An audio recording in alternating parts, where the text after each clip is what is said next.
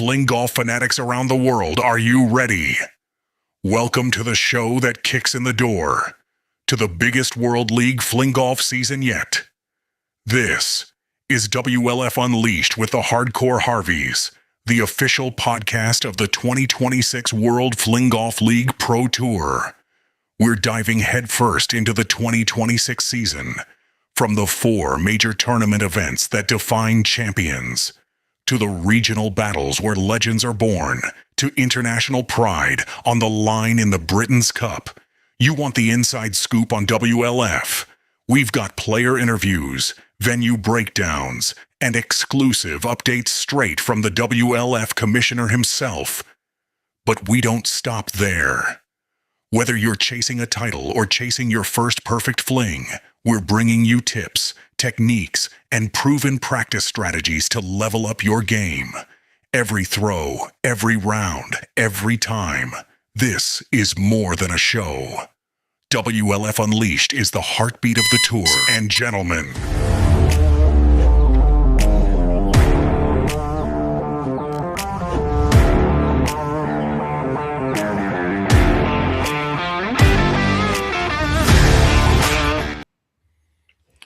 all right.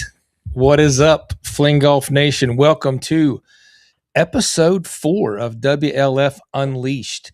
We'd like to welcome you. We are the Hardcore Harveys. This is my most beautiful wife, Mrs. Hardcore, the teacher, and I am Hardcore. We are your hosts for tonight, and we have been struggling. To say the least. Mother Nature hates West Virginia. Yeah. And Delaware, clearly, also. Yeah. And I think it's everybody kind of on the East Coast that's just, it's like the longest winter of all times. So I don't really consider us East. I mean, we are East Coast, but more we're middle of nowhere, Appalachia. Yeah. So I mean, it snowed yesterday and snowed a little bit. Yeah, it snowed. Yeah. Now we're flooding. Yeah. So anyway, but we did. But listen, we did have a couple good days. Yeah, Saturday and Sunday were perfect. Yeah, and we actually got out and were able to chuck it around a little bit. And I didn't get sore. We're making progress. I played 2 whole rounds and didn't die. It's like the first time. It's the first time that you have played 2 rounds back to back. Mm-hmm. And I know most of you are probably like, yeah, what's the big deal? Like, it's been a big deal. Because she seems to get sore pretty easily. And so we normally play and I'm like, you want to play again tomorrow? And she's like, yeah, I think I'm gonna her famous words are, I'm gonna need a day. So anyway, I'm good. So anyway, and then also exciting, we kind of tweaked, we've been tweaking your swing. Yeah. And you're picking up some distance, but what's probably the most exciting thing that we did? We replaced my grip. We did. And what'd we do? We went from the tapered grip to a super stroke. 17-inch super stroke 2.0. Mm-hmm. And it helped tremendously, I think. Yeah, I'm not dancing around on the club with my hands, trying to get my hands comfortable anymore.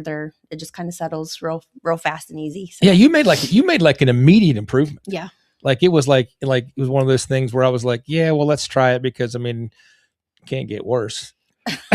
Oh, that's great. So we did it, and we went directly to the course. Probably didn't even give the grip time enough. It was sticky. It was a little tacky. We didn't even give it time to set up really, but I could tell a difference immediately. So, I still think for when I started, you, other people that we've gotten to play with us, my son, his wife, whoever we get to go out, the biggest thing, I don't think you can get around the fact that it comes down to technique and strength. And it just you can't avoid a little bit of it being the strength component. Oh, no. I mean, working out's definitely going to have to become a thing. The downside is from when we stopped playing last, before winter, I was able 2 years ago before winter. Yeah. Winter's coming. Yeah. So at the end of last season, when I was able to move up the next size stick. Yeah. And I think had I unfortunately the winter was not kind and I had to move back. But I think once I gain enough strength to go back to that stick and with the super stroke, I mean, I don't think I'm a threat, but I can play, like I'll be all right. Listen, I'm not worried about it. I just want you to complete 2 rounds and not. I just want to not be last and not have to quit. Like that's my goal. Just get through. And then, but listen, and again, we're going to air it out here on the Unleashed. I'm an open book, so. But like your biggest issue is you don't like to do the tedious practice part. I do not have the attention span for it. You'd rather me hit you in the head than you go out and practice 20. Yeah, 20. I'm not going to be the no days off 200 balls and then go play. Like I'll throw a couple, maybe 25, feeling good. Let's roll. No, I'll ask you if you want to go warm up, and you're like, yeah, we can go throw a couple. And like we throw like 5, and you're like, okay, let's play. Well, but that's just wasted energy. No. It's like that's valuable energy I could be playing. All right. Well, anyway, so. But yeah, so we're excited. You're actually going to get to go to your first official event. I know you've been to several events with me and been around everybody, but like we almost had you play last year, but honestly, we didn't know. I was also kind of battling some injuries. Yeah. So I know that's usually an excuse for people, but it was real. We finally made it. You're actually going to play in South Carolina. I'm good. So I'm excited for that. I hope I can not be distracted with how you're doing and focus, but I'll probably be all right. Right. I'm not going to be your issue. All right. So let's talk about tonight's show then. Yes. All right. So tonight we got a great lineup. We got a really cool mix of people tonight. We're always going to have the Commissioner's Corner with John Prulidge. He's going to be on here to talk with us about the Texas Two-Step Open. He's going to give us updated information on the 2026 Britain's Cup. And then he is going to get into talking about the Low Country Open, the first major of 2026 for the World League Fling Golf Tour at the Old South Golf Links. And at that point, I'm really excited to bring Scott Adams on because he is he is the general manager at Old South. And I've talked to him on the phone twice, and I feel like I've known the guy for 10 years, like just after talking to him a couple times. A great guy, lots of fun to talk to. So looking forward to talking to him. He seems really dedicated to get Fling out there too. No, he is, and he's like super fun to talk to. Yeah.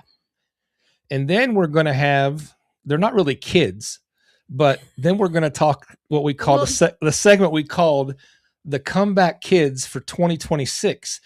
We're going to have on Zach Mulvey, the Mountaineer, and Mike DeRusha. Compared to us, they're probably kids. That's true. You're old. You are kids. Mike DeRusha, main event, and I'll never forget the first time that I tried to put something out on social media about saying, "Hey, I've got the opportunity to play with the Mountaineer in main event." I thought his nickname was like main event, like MAIN, and he's like, "No, it's the state." So I screwed that up. But anyway, we got it. So we got main event and Zach Mulvey on, and then we're going to have a new player spotlight. We're going to try to highlight somebody that each show that no one's maybe heard of or haven't heard a lot about. So we're going to have Andy. We're going to have Andy Bowen on from Idaho. Is that right? Idaho? He is, and I have questions about Idaho. Yeah. So his nickname is the Mountain Man. So and I will tell you, he's got an epic beard. He does have an epic beard. Yeah. Like, I mean, it's stellar. The guy's he's been working on that for a while. That wasn't just like this summer. And then I'm excited at the end of our show to get to talk with none other than Showtime himself, the one and only, the Austin Ebersol. And he and John are going to talk to us about a new social media push for Fling Golf. I believe it's through Instagram or one of the social media channels, and how we can all start trying to funnel our social media content into one location to try to help get more content in one area instead of all of us just doing a little bit here and there. Maybe we can get a focus push to get Fling Golf out there more. So, that would be great. So that's a great. We would love to have someone less than 3.5 hours away to play with. Yeah. If nothing else, we're greedy. We're trying to find a couple people to play Fling Golf with us here. So anyway, all right, let's get into it. With that, then we're going to bring on the commish himself here, and in the section we call Commissioner's Corner, we are going to welcome to the show right now the one and the only John Prulich. What's up, sir? Hey, Jeff Taylor. How y'all doing? How you doing, man? Well, it's another day, another snowstorm. You feel our pain, man. I know exactly. Just getting it's what they said was a coating to an inch, but we're at about 2 or 3 inches right now. So we'll see how this goes. But listen, the other day she didn't go with me, but I just wore my work boots. I was going to play no matter what. I didn't care, so I just wore the work boots and I slushed around in the mud, and the ball stuck in the ground every time. It didn't roll anywhere. But like, I'm thinking, I mean, I haven't played but 2 rounds like all winter, and you're going to make us go down to South Carolina, have a major. I know it seemed like a really good idea having a mid-March tournament, 3 or 4 months ago. But I mean, I feel like you set this. I feel like you set this up as a regionally biased tournament against us. It sure looks that way, doesn't it? I mean, you might as well just had the longest fling contest too, when none of us have had a chance to throw. You throw it all in there. Yeah, no, it's going to be it's going to be an adventure. I think you're going to see. It's going to be interesting. At least the good news is for the individual tournament, it's a 2-day tournament. Yeah, so you can work all the bugs out day one. Work the bugs out in that first 9 and still be in the tournament. But all right, so before we get too far into that, we've already had one event for 2026. Had a regional event in Corpus Christi, Texas, the Texas Two-Step Open, and I know you worked directly with Dell on that. So why don't you just kind of go through what that was like for you and what you thought of the event, and give us some of your thoughts on that first regional of the year. First of all, just home run of an event. It was, and really the credit goes to Dell. He put a lot of work into it, and a lot of he definitely sweated over the details, and it showed. And I think all the people that ended up going to that event had a great time. I got really great feedback. You had great play at the pro and the amateur level, and it was just a really good. Dell was the one that, as we sort of launched this regional series, to go sort of parallel to the pro series, he was the one willing to take that sort of first step of mixing it up and having a tournament that's going to cater probably more towards amateurs than to pros, and did a great job. Like it was he had in addition to a 2-day tournament, individual tournament, had a bunch of things that you don't always get at pro tournaments, like closest to the pin, things like that, and just a lot of ways for people to compete, and really unique prizes for some of the winners, the belt buckles, which were really cool. So it was, and from my standpoint, being able to sort of support him, manage it on Golf Genius remotely. It was great. It was a good test case, and it went off perfectly. And I got to be basically just a fan during the weekend. And so we got the opportunity, obviously, to talk. We jumped in and did a quick live stream there after day one and got to talk to the folks. And the consistent thing I think that we talked about, that we heard, was everybody complimented how well the event was run and what kind of effort that Dell put into it. And everybody was just very complimentary of all the work he put in for that event, and felt like because he did such a good job, it was going to be a stepping stone for that to be something in the future that would draw more people. No, that's absolutely right. In that he set the standard, he set the bar high, and I think that's great. And we've got another regional later in North Carolina. We hope to add 2 or 3 more over the course of the year. But I think it's what going through the process with Dell also was really beneficial to sort of developing this, almost like this regional tournament kit kind of thing, where sort of had to walk through all the steps that you've got to take to actually host one of these tournaments. I think some of the people that have hosted, pro WLF tour events in the past as the local host, they've done a lot of this stuff. But I think this was the first one, since, the No Guts, No Glory that Ryan did, where like sort of all the lifting had to be done, local.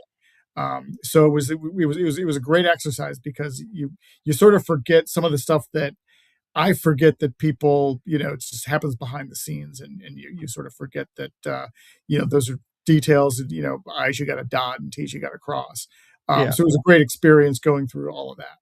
And, and Dell was a superstar. So we had actually talked at one point, even talked with you about at some point trying to do a regional here in our area. But I got to be honest with you, after I talked to Dell a couple times, like, I don't know, like I may just leave that to other people. that was involved. He had a lot going on. Yeah, he definitely did. And we got the Hoot Man. He got his first win at the Two-Step Open. We got Mamacita got her first win at the Two-Step Open. So kind of a cool thing. Got to see Todd Naff play competitively. Obviously, he was very competitive. Can't wait to see him later in the year at a Pro Series event. Yeah, he was fantastic. All right, so big news with Britain's Cup. Sounds like you got a lot to share with that. So are you ready to transition to talk? Let's do that. And okay, so 2026 Britain's Cup, the commissioner, what's going on? Well, we are now ready to announce the sort of size of the U.S. team and how it's going to be formulated. So you've got the scoop right here. There'll be an email going out tomorrow with more details, but we're going to have the largest team size we've had in the 3-year history of the Britain's Cup. So that the team is going to be expanded to 12 players, and it's going to be formulated slightly differently than we've done in past years. And it's now going to draw from all 3 divisions. So men's, women's, and masters. We're going to have dedicated slots for each of those divisions. And in addition to that, based on the popularity of the play-ins that we've done the past 2 years for certain men's division slots, we are now doing that for all 3 divisions. So I'll lay it out for you real quickly. But once again, details will be in the email tomorrow as well. So we're going to have right now for the men's team, they're going to be effectively, let me make sure I'm doing the math right, 7 dedicated slots for the men's division, 2 for the women's division, and 2 for the masters division, and then 1 final slot, which I'll get to in a bit. Okay. For the men's division, the top 5 ranked players right now are going to be automatic bids to that team, effectively. So you're talking about Sam, Austin, Titus Obi, and Jacob Hooter for those 5 slots. And then congratulations, fellas. Yeah, no, well earned by all 5 of those players. Fantastic competitors, and they really, great seasons last year, and I'm sure this year as well. Then there's going to be basically each of the men's, women's, and masters will then have 2 play-in spots on the line. 1 at Low Country Open in less than 2 weeks, and the other one at the New Swarm Classic in May. So there'll be a play-in spot for each of those divisions at each of those tournaments. That'll get us to 11. And then at the last spot on that team will be what we're calling a captain's choice, which will be, it's not necessarily formulaic. It could draw from any of the 3 divisions. And that'll be a decision made right after the New Swarm Classic, when we know the other 11 players on the team. I gotcha.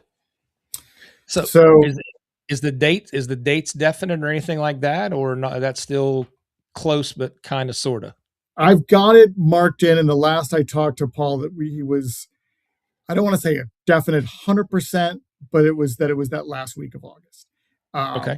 And I think, he wasn't saying that it was still, I think we're about 90-95% there, but I don't want to get 100% without him, saying as much. But right now, that's the date that I'm targeting. He's kind of a key part of it. Right. Exactly. So if he told me it had to shift a week, then it shifts a week. But I got you. Right now, Okay. that's the date that will soon be very much locked in. I got you. So for the play-in spots, is it going to be like the average of your two finishes, or like? No, they're going to be straight play-ins. So Okay. we will know 3 additional team members at the end of the Low Country Open, and then 3 additional team members at the end of the New Swarm Classic. I got you. Okay. Yeah. When was the Masters one again? I'm sorry. Go ahead. When was the Masters one again? Well, it's both. So okay. The first, the Low Country Open and the New Swarm Classic. So there'll be opportunities at each of the first 2 Pro Series events for each of the divisions. So we've never had this many sort of play-in spots on the line.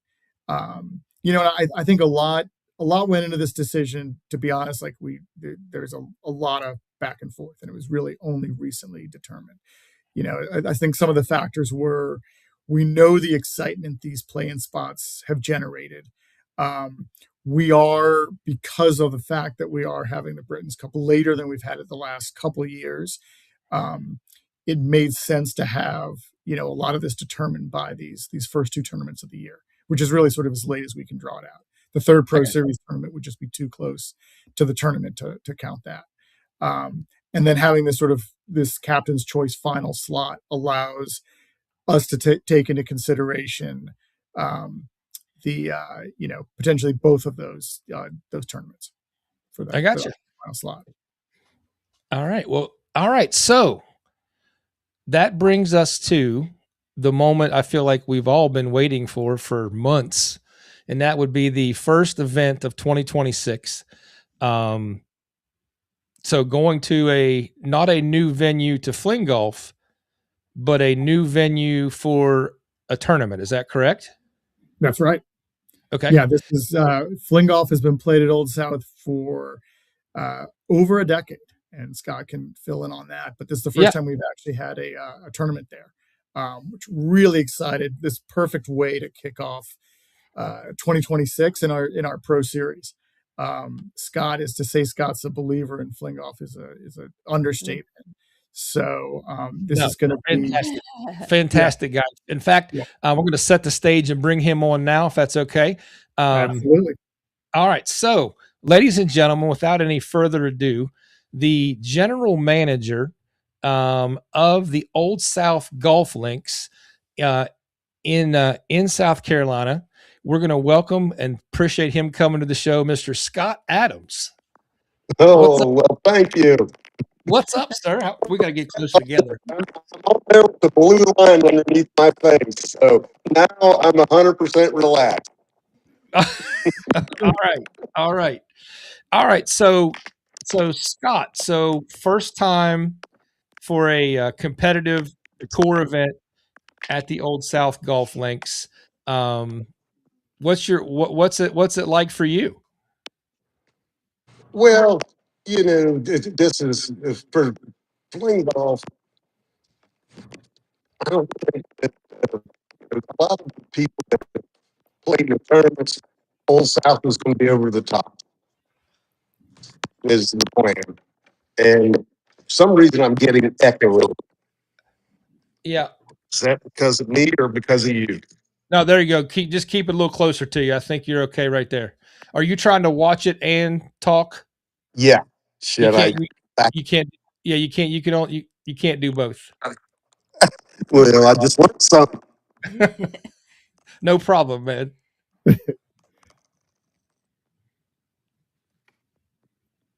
How about now? It sounds better, I think. Yeah. Okay.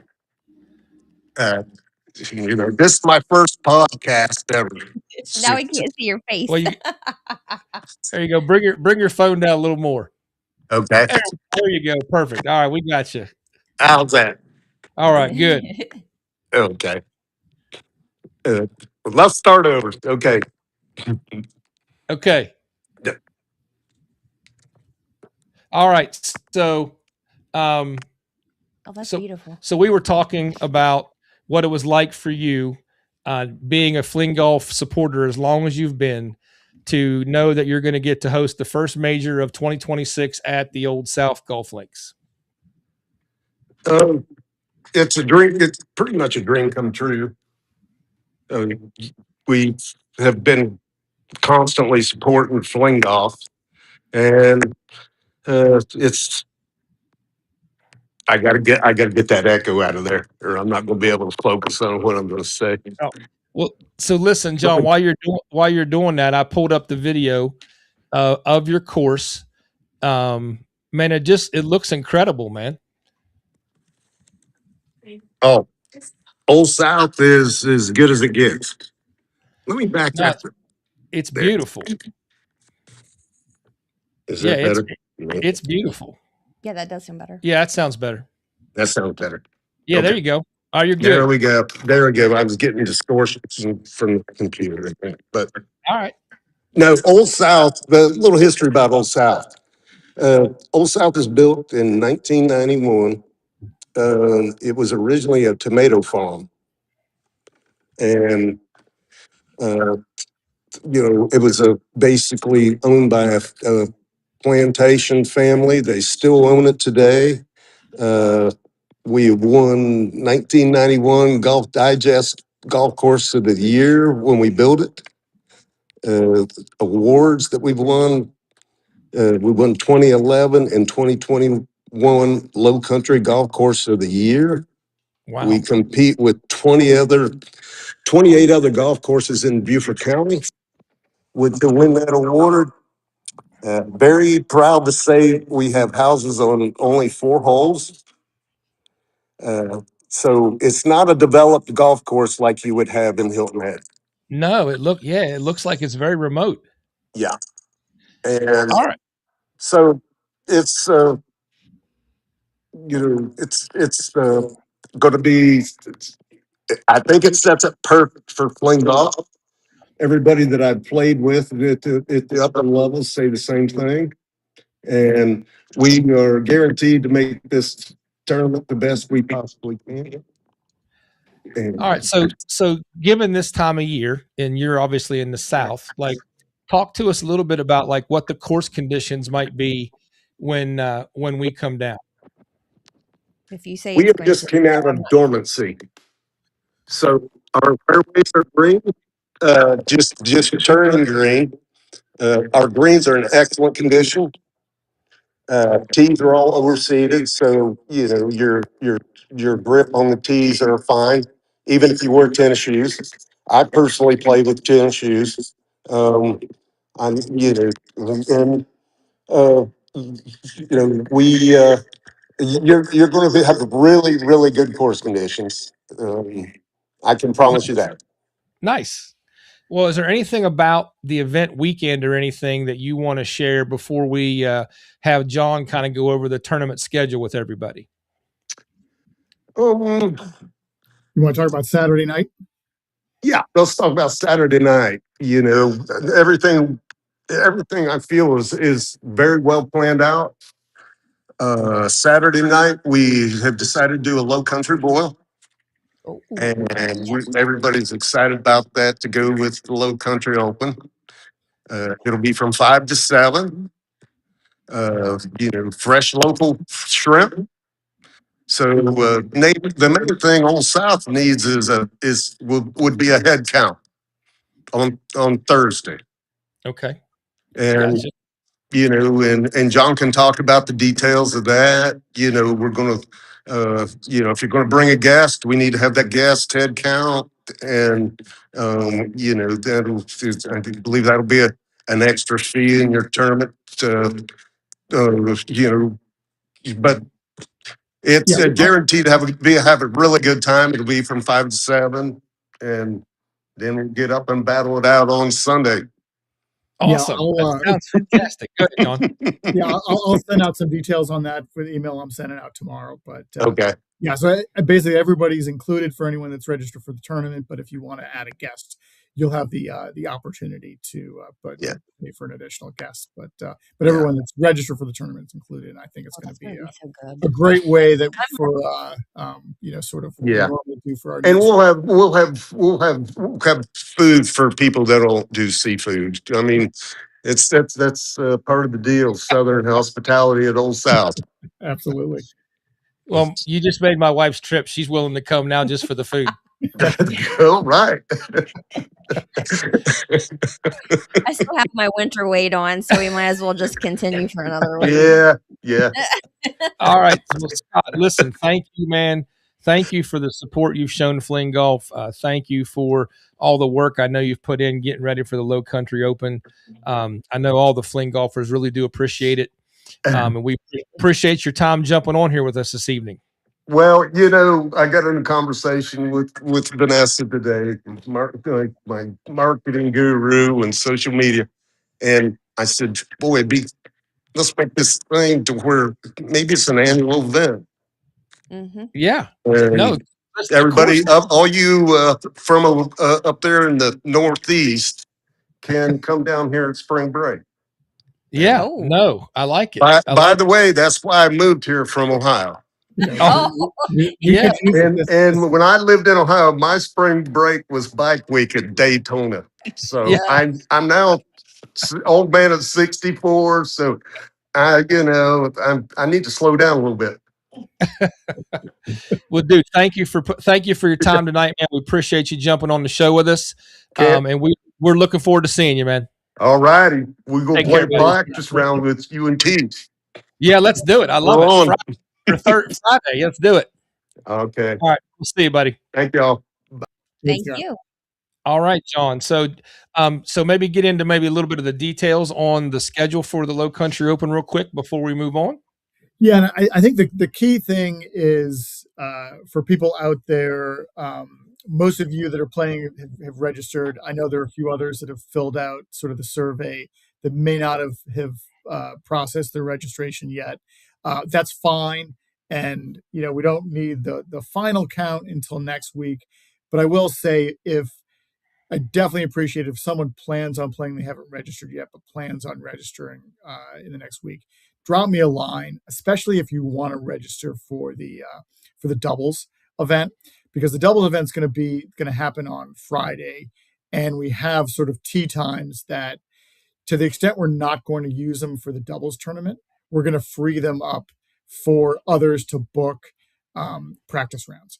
And I know some people, especially as this winter drags on, are sort of on the fence about do I play a practice round, or do I play in the doubles tournament, or do I even try to do both? If you're arriving sort of Thursday night and Friday's the only day you've got to practice. Right. So the quicker we can get the sort of final count for doubles, the better. And it makes our that schedule for getting practice rounds in for people in the doubles tournament that much easier. So if you do plan on playing the doubles and you haven't registered for the tournament yet, please let me know, and I'll be sending an email out tomorrow. You can just reply to that. Easiest way to do it, and we can process the registration payment later. That's fine. But just letting me know, giving me a heads up is crucial, because that'll make the schedule run a lot better. And then essentially, as you get into the weekend after the doubles tournament on Friday, 2-day individual tournament Saturday and Sunday. The start time Saturday is going to be a shotgun that starts on Saturday morning. The actual time is actually escaping me right now. I think we've agreed on 8 a.m. But I'll have that detail out tomorrow morning. It should already be on the schedule. And then Sunday we actually will have tee times in sort of reverse order for the final groups teeing off at the end, because those groups are going to be filmed. Those final groups for each of the divisions. There'll be camera crews there for the ESPN segment. Nice. and those tee times. So we should be wrapping up then around probably, I think the 3:30 we'll probably have the whole tournament wrapped up and have the awards ceremony by 3:30. All right. So now, just so John, I'm admitting this is a 100% completely selfish question. Yes. Okay. Will the ESPN filming just be the final men's group, or will it include the older generation as well? Great question. The focus of the segment is going to be on the men's group, but there will be filming of the men's, women's, and masters divisions, and at least the final hole. So really what it will probably be, it'll be similar to what we've done in the past. I think the best sort of example is what we did, if you go back several years ago, to like the San Diego Open. So the segments, it's only a half an hour, so it's effectively only like 22 minutes of footage. So what it will appear on the segment is sort of live, will be the men's for a couple holes.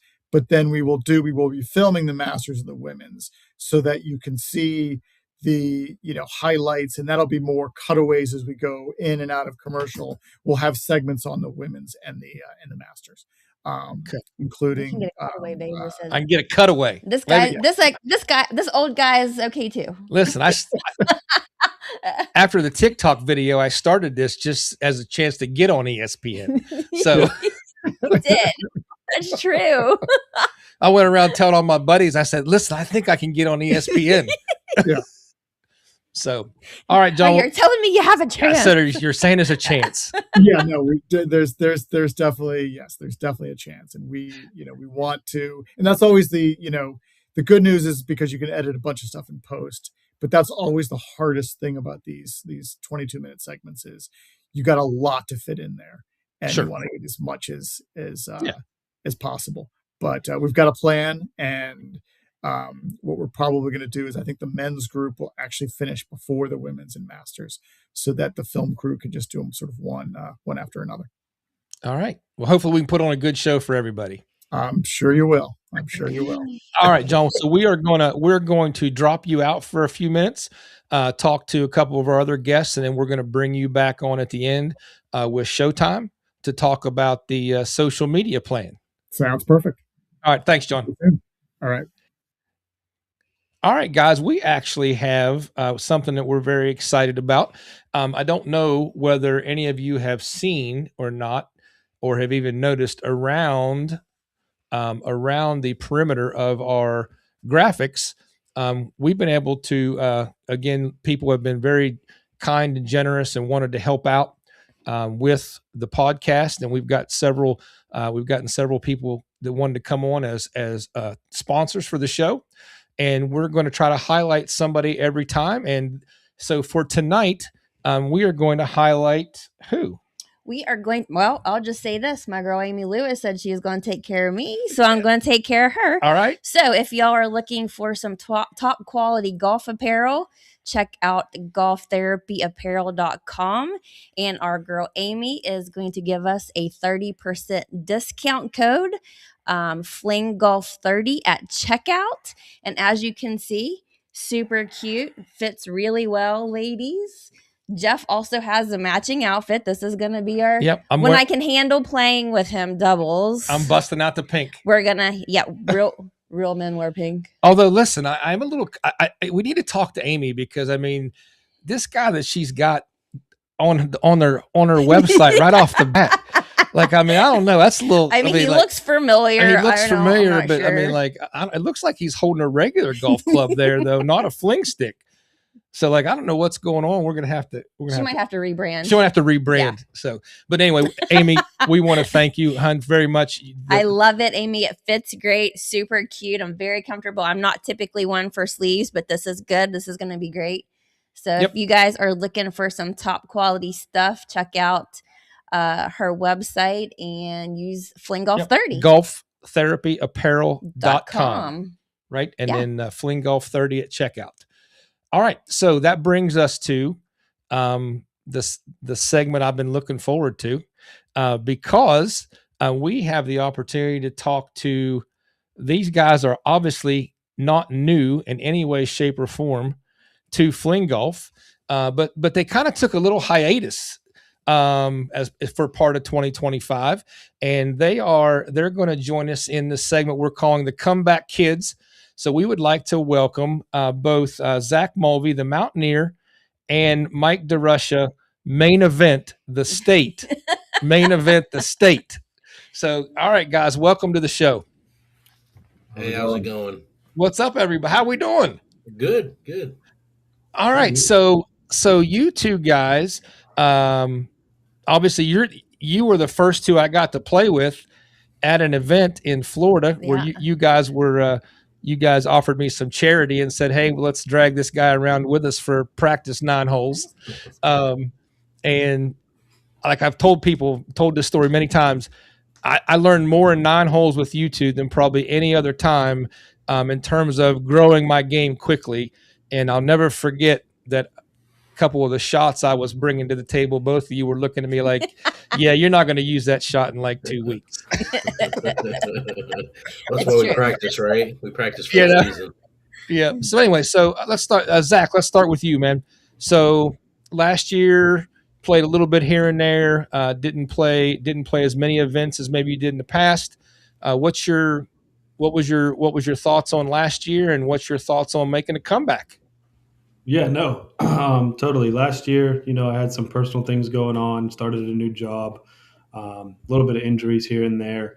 So didn't get to come to as many tournaments as I'd like to. And making a comeback, man, I just missed it. It's the competitive aspect of it. It's the people in Fling Golf that really make it great. I missed hanging out with friends. I missed the camaraderie, all that stuff. So definitely looking forward to coming back strong in 2026. So what is your plans for 2026? Are you planning on attending the majors? Are you doing any of the regionals? Like what's your schedule? As of right now, I will be at the 4 majors, looking to go to the Cape and Potomac Highlands regional as well. So I'll be around. All right. So Mike DeRusha, the main event, MAINE. So you what was your schedule? I can't remember. You played Florida last year. Did you play any other events after that, or was that the only one that you played in? I can't remember, man. So let's see. I played in the Florida event because that was obviously where I live in Florida now, and I played the Delaware event, and that's basically all I could do last year because I moved to Florida. So I'm on the main event, I'll always be the main event, but then I moved to Florida to get away from Maine because, as you all know up there, the snow kind of sucks. So, and that was part of the reason because this goes back to 2023, and John mentioned the San Diego Open where that was the first event of 23 we had in February. Yeah, end of February of 23. And I hadn't thrown a ball since like the end of September in Maine because all the courses closed beginning of October. So I hadn't played it at all. I just putted in my basement. And San Diego was all right. And then May of 23, I won at the ACGC and the New Swarm Open. So that just kept going. And then as we kept playing and getting better and going to the UK for Team USA and all that other stuff, it's like got to the point where I didn't want to not be able to play during the off season. So I was like, you know what? Nikki and I had a conversation. We made a move, ended up in Florida, which same as Zach, I got a new job. So that affected my vacation time because I started fresh with a new company. So when last year hit, obviously I could do Florida because it was only like 3.5 hours away from where I live now. And I'm always going to do Delaware no matter what because that's like the Masters of Fling Golf. So I always go to Delaware. And those are the only 2 that I could do last year. And then after that, everything else, I just had to focus on the job and getting all that stuff, getting the house squared away and being in Florida. But then once the season ended for you all back in October or whatever, like I kept playing. So I've been playing all winter long. I've been trying to play every week if I can. I mean, I can't do every day like you guys try to do or Austin or Sam can because, some of us have jobs that we can't do that, which nothing against them doing that because that's what makes them so well. But I've been trying to do at least every Saturday and or Sunday, every weekend, keeping my skills good. I've been introducing the sport down here to quite a few people. There's a couple golf courses that have picked it up really well. So there is some potential to come back to Florida and do an event in Central Florida instead of down in Jensen Beach. So that's something that I've talked to John about. So maybe in the future we'll come back to Florida as well and do some more events down here. This year I'm planning to do South Carolina, Delaware. I probably not gonna be able to swing Pennsylvania. I plan on doing Missouri, and then potentially I might do the North Carolina event that just got mentioned in Henderson if I can make it to that one. But I'm at least gonna do 3 out of the 4 majors. Yeah, nice. So I'm going to guess that Zach has had more similar practice time that we have had than you have had. If based on where he lives, I doubt he got out very much. Yeah, no, not very much at all. Luckily, though, I do travel quite a bit for work, so I have been able to get down southern a little bit, not to the south, but southern. I don't know, southern northeast, I guess. So I got some throws in towards the Baltimore, Lower Virginia area. I Nice. plan to play this week with Austin. Book my whole trip around Delaware, but here we are in a blizzard. Whoa! What is happening? Is this like secret play? No, it's just when you travel for work, you try to make the best of what you can. No, I got you. Exactly. All right, so I'm going to set you guys up a little bit, because since obviously we know you both are got great personalities. So Zach, what's your goals for 2026? What do you think you can do coming back? I don't know, man. Just my goal, honestly, is just to go out, have fun with some friends that I've made over the past few years, and really get back into it. Looking around, man, the competition has gotten immensely better, which is great for the sport. So I just want to make sure I go out there, have some fun, and let's shoot some low scores and definitely get some high rankings up there, get back to where I belong. All right. How about you, main event? What's your goals for 26? What do you think you can come back and do? You gonna make some noise in the top 5? I'm sure hoping to be in that top 5 again. If you were to ask me this question back in 2023, what would my answer have been, Zach? What was my goal back in 22, 23? Right? Beat me. To beat Zach. That was my goal. It was when we first started this in Delaware of 22. He beat me. And then we went to Virginia and he beat me. And then we got to San Diego and then he beat me. And he was always like one spot ahead of me. I finished 6th, he finished 5th. I finished 8th, he finished 7th or whatever. And then finally, when we got to Delaware in 23, I won. So then I beat him there. So maybe that's one of my goals is just to do better than Zach, because that's basically you beat me in one tournament ever. Calm down. You go back to the original. You go back to the original goal. Just beat Zach. But the one tournament I beat him in, I won the whole tournament. So that's my goal. If I beat Zach, I might win the whole damn thing, right? I'll bring you a cookie or something as your prize. Listen, you gotta bring a shirt that just says "Beat Zach." Right?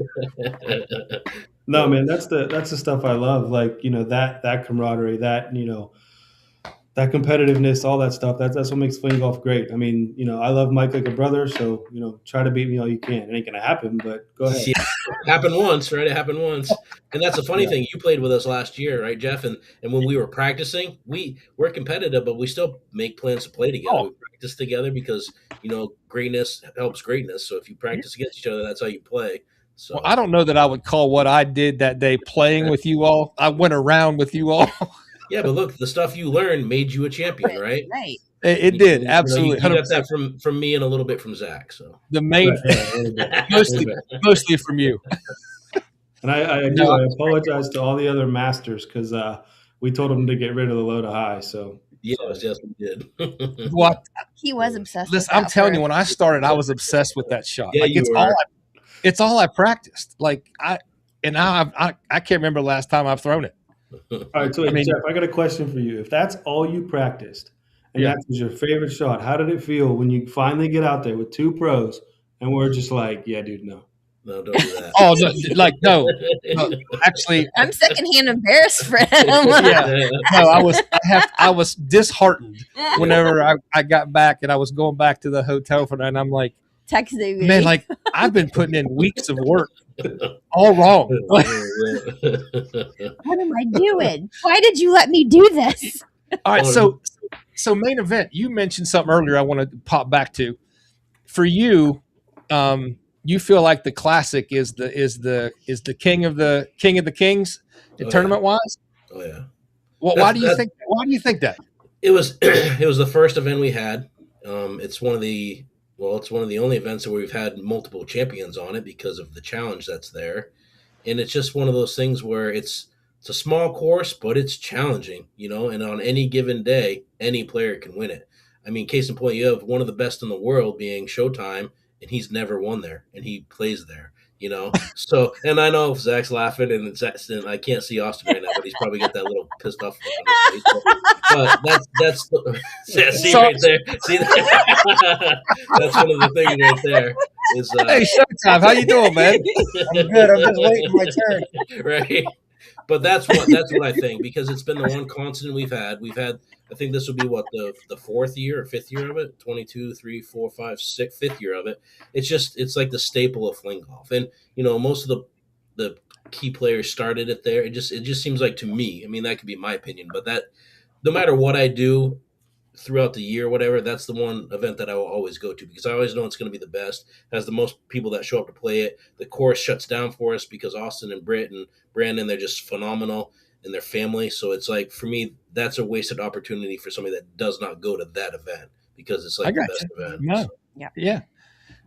Well, listen, I got to be honest, Austin, I brought you on because I really just wanted to ask, since this whole conversation come up about the Classic, like, is this finally going to be the year, or like, what?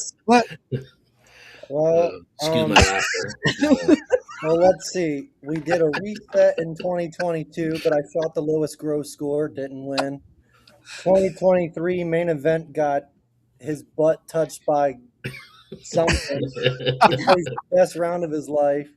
And then I don't even remember. 24, Sam played well. Last year, we won't talk about last year.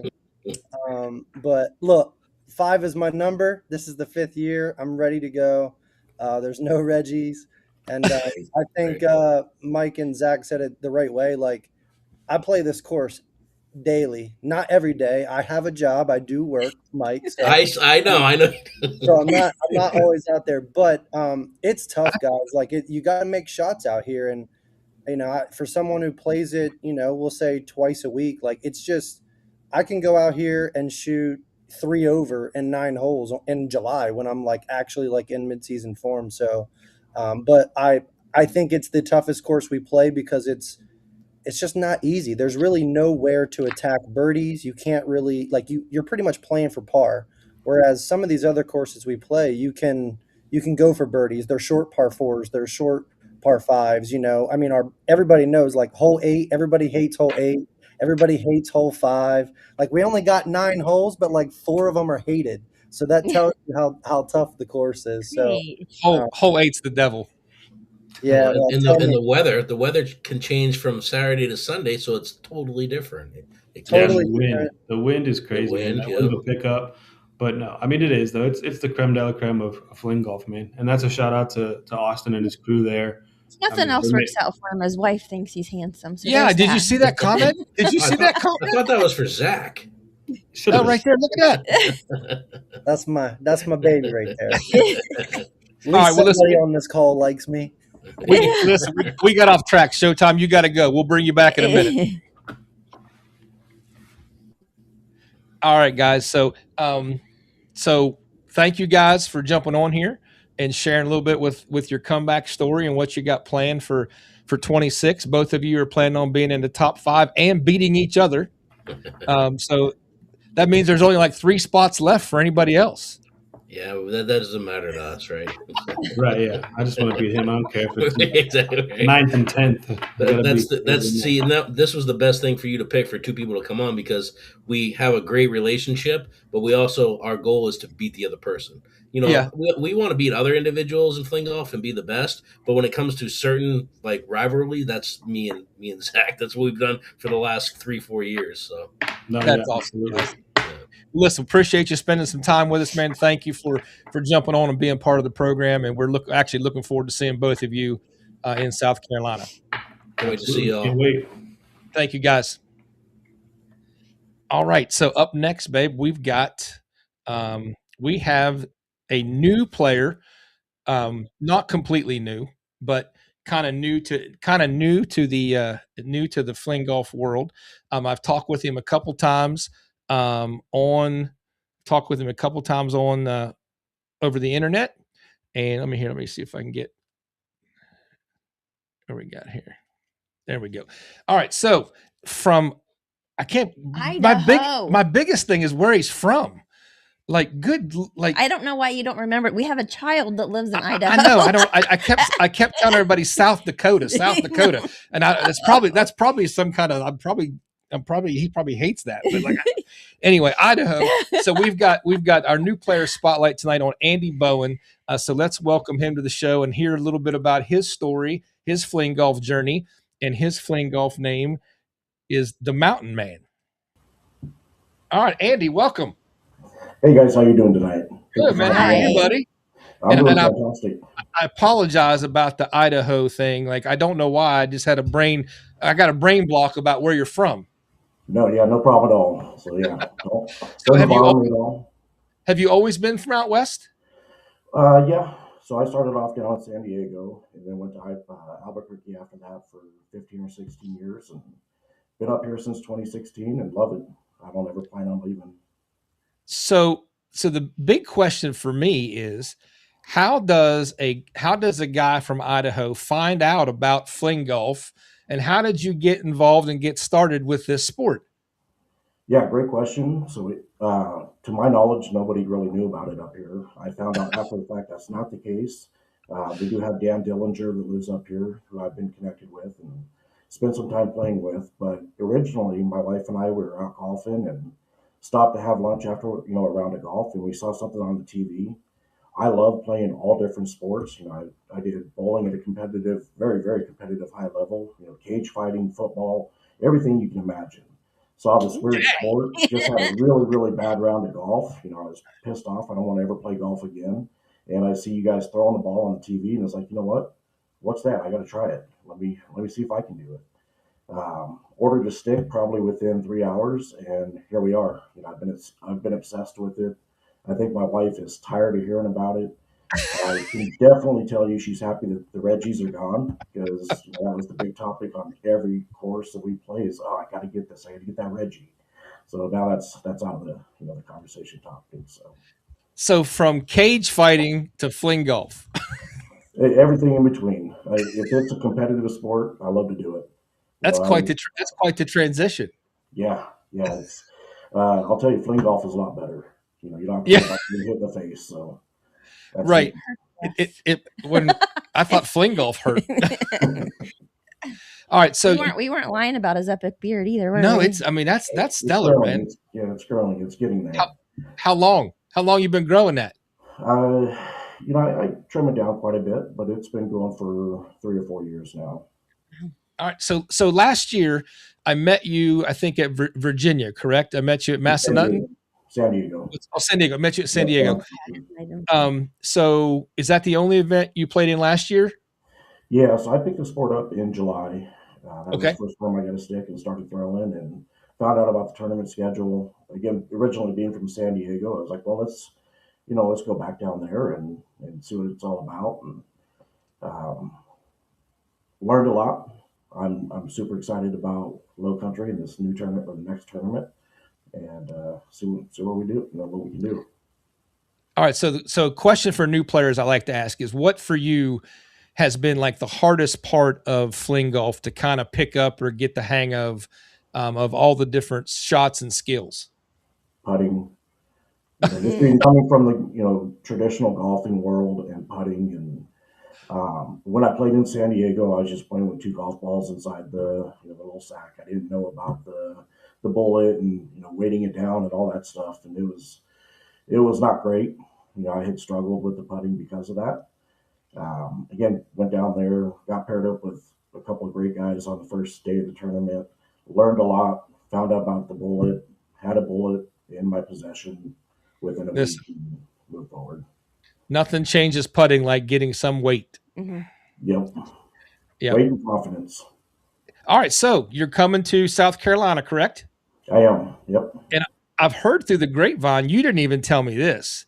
I heard this from behind the scenes, that you're going to play doubles with Liberator. I am. Oh, yeah. He and I, and jokingly, I was telling him, see if I can remember. I'll think of the name here in a second. But yeah, he and I got paired up together on Saturday. really hit it off. You know, I don't remember who said it earlier in the podcast, but everybody's a community. You know, everybody's trying to help everybody out. And yeah, he was good. Jason was great. We really hit it off, and so we're fun fact: we both played our very first round with Ballinger. Yeah, that's funny you say that, because that was our very first experience too. She got to play with him at the West Virginia doubles. Yeah, I was with him and Britt, so I couldn't have been paired up with. I mean, it was great. Yeah, awesome. Nice. You got a similar barber. You guys got a similar barber. Yep, exactly. Yep. All right, so for you coming out here in 2026, you've played one event in San Diego. What are your goals? What would make 2026 like a successful fling golf season for you? You know, really just to continue to get better and help grow the sport here in our local area. You know, we do have a few guys here that are playing it. I have been fortunate. The weather has been really, really accommodating, which is not normal for Idaho. We have gotten quite a few rounds in. I'll be out on Thursday playing, and every time I go out, there's people on the driving range that'll stop me. There's people, you know, that I play with, I get partnered up with. They're so curious as to what it is we're doing. So really, the goal is if I can help grow the sport and help take it to the next level, that's fantastic. You know, that's how I look at it from a sport perspective. Now, selfishly, I'm competitive. You know, I want to be one of those top guys. You know, I know Austin is up there. A couple of the other guys are on. You know, they're up there. You know, I throw Austin's stick right now. I throw the Showtime stick. You know, I want to be that guy. You know, so if I can put in the work and really continue to grow it and get better, that would be great. I was fortunate to pick up some sponsorships this year to allow me to go to all the Big Four tournaments. Yep, there's the stick right there. Yep. Listen, I did shorten mine just a little bit, just so that I can get a little more accuracy. Andy, I am your biggest fan now. I hope that you make the top 5 as soon as next weekend. You are the man. I appreciate you, and I definitely hope we get a chance to catch up next weekend. Absolutely, I'm looking forward to it. All right, goodbye. All right, man. So, your travel plans? You coming in you coming in Thursday? Coming in Friday? What? No, the wife and I are actually going to come in on Wednesday. And okay, nice. The wife's we're going to get around Savannah. Yeah, we'll see Savannah on Thursday, and then make the drive up and my plan is to do the doubles tournament on Friday as well as a practice round. So I'll be busy, and then the singles event Saturday and Sunday. Is your wife going to play? She is going to come out and play the practice round with me. Oh, nice. She hasn't switched over yet. She's still, she's still doing the traditional. Yeah, you got to make sure we got to make sure that her and Mrs. Hardcore here get to meet, and that'd be cool. So, sidebar. Yeah. How close to Pocatello are you? It's about a 4-hour drive for us. Okay, so we're not close. Listen, no, everything's a 4-hour drive in Idaho. Well, I asked because our youngest son lives in Pocatello, and he does like to play. If you can manage to break him away from his video game, highly unlikely. But I was just curious. Maybe. Well, listen, man. Hey, we appreciate you spending a few minutes with us talking about your journey. We're excited to see what you're going to do in South Carolina, and looking forward to meeting you and your family again. I know I met you, but looking forward to spending some time with you guys and getting to know you better. And welcome to the Fling Golf family, man. Thank you. I appreciate it. I can't wait to see you guys out there. All right, buddy. We'll take care. All righty. Have a good one. All right. I feel like your son just threw down a gauntlet. What's is he running his mouth? Duster Hardcore Duo. You got to play a first. Yeah, he's talking. He's never even played in a tournament. He's already like, he's definitely my kid. He's definitely my kid. So, all right. So we are going to move on to the last segment of tonight's show, and that is a segment called "Let's Get Social." And for that, we are going to let's see. Let me get. Okay, here we go. We're going to get Hardcore and John on here, and they're going to help guide us through hopefully what will be another avenue for us to be able to better promote fling golf.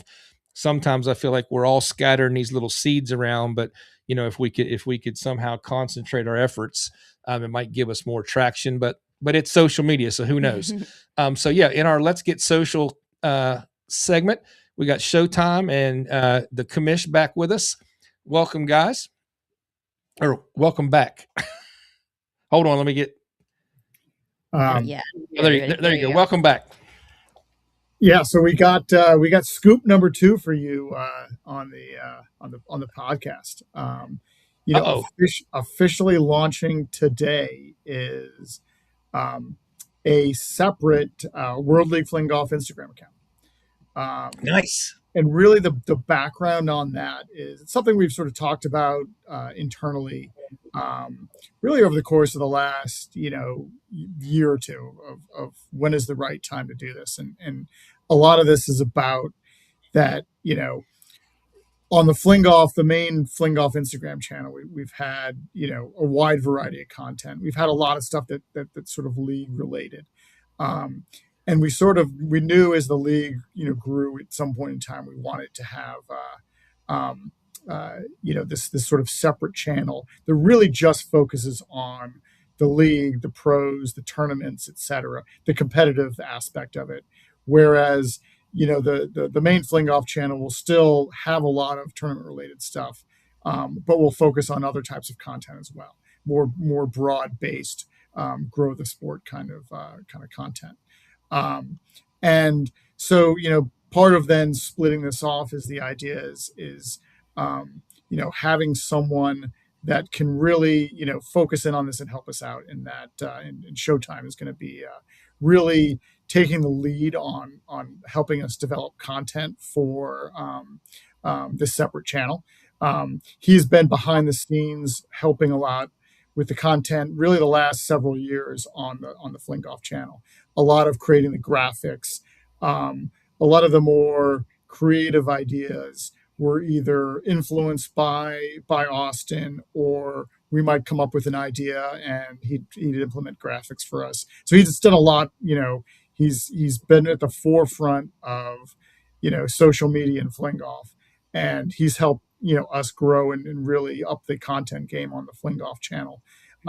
So he's the perfect person to sort of spearhead this new channel and coming up with content. And I'll toss it off to him because it's really about getting a lot of the other pros involved and a lot of the other people in the league involved with creating content and focusing. Well, listen, so I don't like to admit that I can't do something better than somebody else, but on this one, I'm gonna have to give it to Showtime. I don't. He's got this social media thing on the lockdown. He's got it on lockdown. That's for sure. So Showtime, tell us your thoughts or whatever, however you want to share the rollout of this and how we can all jump in and make this thing go.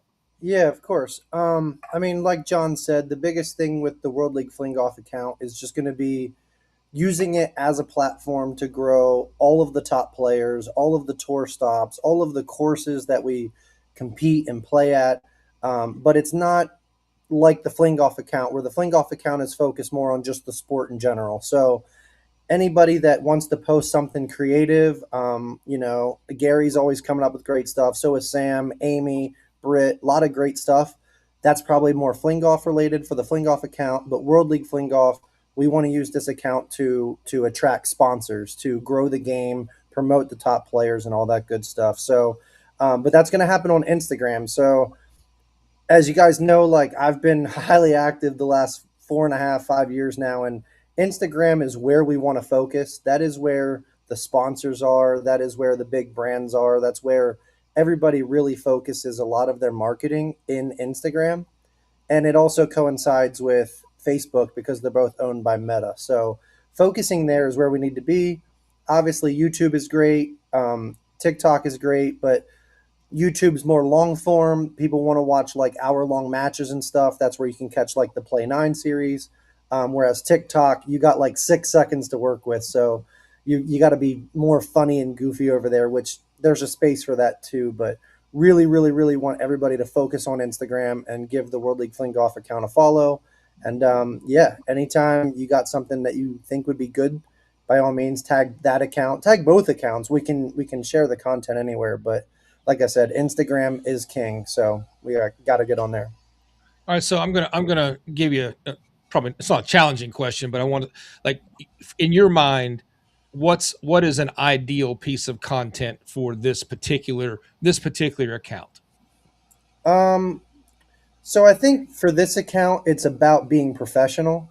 So you're probably not going to see like the typical like Showtime type of post where, I have like, play a hole with me, but I have like Bohemian Rhapsody playing in the background. And like, I'm like, like that's not the purpose of this. If you guys look at like, if you go on Instagram and you look at the NFL page or the MLB or NHL, it's really focused on highlighting players or events and tournaments. So I think for this, it's going to be a lot of advertisement, a lot of hype videos. That hype video you created, Jeff, would have been phenomenal with World League Fling Golf, with the World League Fling Golf account, because it's just kind of, it's showcasing the players and the events and all that. So I think probably in the early stages, a lot more graphics just until we build the content library up a little bit more. But graphics, highlighting players, all that good stuff. And I just want you guys to know, like, I'm going to need your help to make these graphics in the sense of I need content.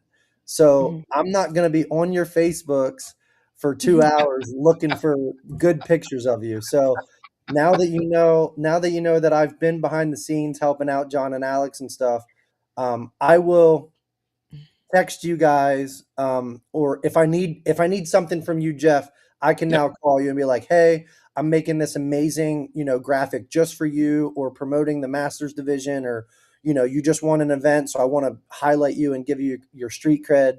Now I can just text you and be like, hey dude, if you have a video or a picture that you want me to use, please send it to me. And I'm open to ideas. Like, if anybody comes up with anything really good, and because I'm always texting John, and I'm like, John, like, I have this, like, the Legends one that came out a couple weeks ago. I just ran it by John. I said, hey, I really want to showcase like Aqua John, Kenzo, SVL. I just want to like give them a moment, because these guys to me they're legends. Like, they've had an impact in the game. And he was like, yeah, dude, I love it. Like, let's run with it. Let's go with it. And then, like, another one was like showcasing Brit. Like, Brit's the freaking queen, man. So I just felt like she needed a little bit of love, and I loved putting the little crown on her. I don't know if y'all look at the graphic, but I probably spent way too much time editing the right crown, because I know my sister-in-law, if I would have picked the wrong crown, she would have not liked it. So, but I try to put a lot of thought and energy into it. And I just want you guys to know, like, I want to promote everybody. Like, so this is not, it's not the Showtime show or anything like that. It's just, if we got something we need to promote professionally, let's do this thing. And it's gonna be a lot of fun. I'm excited, and I'm glad it's brought to the forefront, just because I've been helping these guys for a couple years, and it's kind of off my back a little bit knowing that I'm out there helping. And I just want everybody to know that I really do want to promote and really support everybody. And now that you know that I'm there, it feels really good. All right, so one more time for the. Hold 1 second, I have a question. Oh, yeah, so Austin, I would like to assume that you can hear me either way. So I would like to assume that once you push something out on that Instagram account, then are we as the community supposed to go and share it? Is that what you need from us? Yes, okay. Absolutely, guys. Anytime, whether it's me or Kyle or anybody that because I'm not running the whole enchilada. I'm really just helping with the World League Fling Golf and occasionally the Fling Golf account. Oh yeah, I mean, anytime we post, I mean, collectively, guys, like, we have to like each other's stuff. We have to repost it. We have to comment. And I know, I post a lot, so I'm not asking you to, hop on mine every single time and say something, but by all means, slap a like on there, just something to help. But we need to do that collectively. But when it comes to the World League Fling Golf and the Fling Golf account, the mothership accounts, yeah, we got to blow those up. We got to let everybody know that, there's not just 5 people playing this game and all the other trolling comments we get. So if we come out in drones and we come out together, resharing these things, it's a big deal. Great. The comments, it never ceases to amaze me. Oh, I've been called everything. Like, you got no idea. Why is it the immediate assumption that we can't play golf? Like, that's what makes me nuts. I don't care about the names and all that, but Don't. Well, what's funny, Jeff, is like 22 and 23, that would bug me. Like I would get so mad that people would say that. But then like now I'll like post a video of like me playing golf, but it gets like no likes because they're like, "Oh, damn, like this guy can actually play." Right. So so it's like a waste of time for me to like go out there and do it just to prove them wrong. But unfortunately, guys, with what we're doing, it's such a niche sport. We don't have millions of people following, so we're going to have haters. Just know that it's not personal. It's people that have their own issues, and they're keyboard warriors. And at the end of the day, we're all family. We've heard that multiple times on here. Yep. And I got a new brother tonight, and Andy, my dude. Guys, come on, let's go. The Encore Showtime family is growing. I got to do something for everybody that rocks with a Showtime stick. I think that deserves a sticker. That needs. I know. Like I got to do something. Everybody out there that plays the Encore. I just got real plug real quick. It's the best stick on tour. It's like it's the prettiest stick. It's back in stock. SVL has won with it. Obadiah has won with it. Andy's about to win with it, and we ain't got to talk about what I've done with the Encore. So it's the ultimate stick, guys. But anyways, no, full support on the social media, and yes, like, share, comment, do what we need to do for each other. Yeah, it's really about Austin spearheading it, but it's really about like bringing more people in to have more content and highlight that focus on the league. But we want really it to be a communal effort, because there's so much great content out there that we can create. All right. Awesome, guys. So great show. Appreciate everybody's input. You guys have been awesome. So let's close with this. Okay. Let's close with a loaded question. We'll go John first, and then Showtime can wrap it up. So, Commish. Yes. What's the next big hurdle that Fling Golf has to clear for this thing to go? Use me in general, the sport. Yes. The next big thing, I mean, we look at it as it's really we're at the scaling stage of our existence, and we are actively looking to take on more investment now, because it's really about the foundations in place in terms of the equipment. The league will be launching a wider association later in the year. But it's really now about how do we actually like scale this thing? How do we amplify the message? And so that we can become, as ubiquitous as pickleball, the pickleball of golf. And like that is the goal, is to get that. So, within a couple of years' time that everybody's heard of us. And I hope we get more haters out there, because that means we're doing our job and we're getting the awareness out there.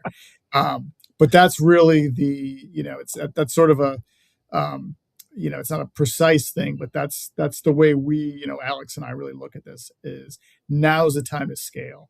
Now's the time to, make, bigger and bigger bets and really, blow this out marketing wise. And this is one of those pieces. Because it's time you can build foundation for so long, but it's now time to really scale. All right, Showtime. Same question to you. What's the next big hurdle Fling Golf has to clear for us to do something serious with this sport?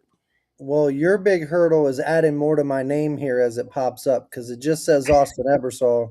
And I know I have a long resume, but man, you got to give me something here. Like I need a little bit of love, dude. I was just trying to keep you humble. Listen, that is Brooke's job. She's been doing a hell of it. Like it's every day. She's got a battle every single day. No, I feel like I feel like the biggest thing for this game is just to continue to get it out there, get it in front of people. But I'm gonna look at it from a different angle, where it's just like we hear all the time, like everybody comes up, man, I wish I had what you guys have in Delaware, and we need 20 Delawares, and we need 30 American Classics. And I got to tell you guys, like that's up to everybody watching this call. Like you have to get out and do it. And I'm here as a resource to help you guys. I can help you set up Fling Golf Fridays and Fling Golf clinics and all that, and I can give you what I've done so that you can take it to your local course and you can do the same thing. And until we put in some grassroots, work on the player level, it's gonna take even longer. So I feel like John and Alex have what they need to focus on, the back end, the corporate end, all that. But from a grassroots level, to get more people playing, all of us that are top players, top ambassadors, we have to do more local work.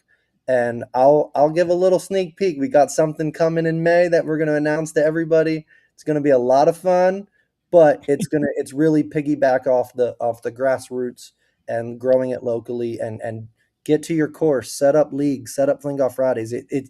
If you love the game, guys, it's just a little bit of sacrifice you got to give. But look at everybody. Me and Britt brought Fling Sticks in 2019, and now we have, there's Brooke and Brandon, Neil, Jack, Chris, Jeff, Haley, Blizz, Judy, Matt, Dan, the man. Like, the list doesn't end. Brett. So, and that just comes from doing a little bit of local work and getting people playing. No, I'd actually I'd echo that, and it really is. It's a million little things. I think one thing we've learned over the last decade is that there really aren't shortcuts. There are things that may elevate you, but like Shark Tank was really helpful. ESPN coverage on our first tournament was really helpful. But it's those, it's the community. It's 4 people starting a regular league wherever. Like, that's the kind of thing that really resonates with people, more than just one person having a post that's viral. That stuff's great, and you need to keep having that. But it's really just this sort of regional growth of the game and at the grassroots level, and we will do everything we can to amplify those efforts, and that's sort of our job, absolutely, corporate, so to speak. But it's why it takes a long time to grow sports, but it's a communal effort, no doubt. Well, I only got so many years left, John. We got to hurry this up. We got to hurry up. Exactly. That's why we got to accelerate this thing. We got to put it on overdrive. All right, guys. Hey, thank you guys for joining. Austin, thank you for your time. Commish, thank you for your time. Absolutely. I'm looking forward to seeing everybody in South Carolina. So we're going to let you guys go, and we're going to wrap up tonight's show. All right. Thank you, guys. Thank you, Jeff. Thank you, Taylor. Yes, sir. All right, babe. So that's a wrap. I was really, really excited tonight. We didn't have very many sound issues. Had a little bit of trouble with at the Old South, but it wasn't a big deal. And everybody did a great job on the interviews. Was fun to have a sponsor for tonight. We've got some other sponsors we're going to highlight in upcoming episodes. We got Mr. 3D Keychains. We've got Camgate 3D, and then of course SBL with all the stuff he already does and all the products he makes for Fling Golf already. So, and you did awesome tonight. Thanks. You're so cute. I love you so feel much. really cute right I love now, you so much. Thanks, Amy. Amy, thanks again, Amy, for hooking us up. And we appreciate it. And just like my son used to say, send the card. He used to say points leader. Oh, well. So, and at some point, at some point, we didn't have time for this one, but at some point we are going to bring Fling Golf Fantasy League back. Yeah, that's So we are not back. We're not back, but we're going to start it. We did it with our racing podcast, and it was pretty fun. So we're actually going to do Fling Golf Fantasy League coming up, but it will not be for the Low Country Open. It'll be for after that. And as in the words of my son, another podcast is in the can. And thank you all for tuning in. Thanks everybody for being with us. And we look forward to seeing everybody. And as always, hardcore's out. Hardcore's out.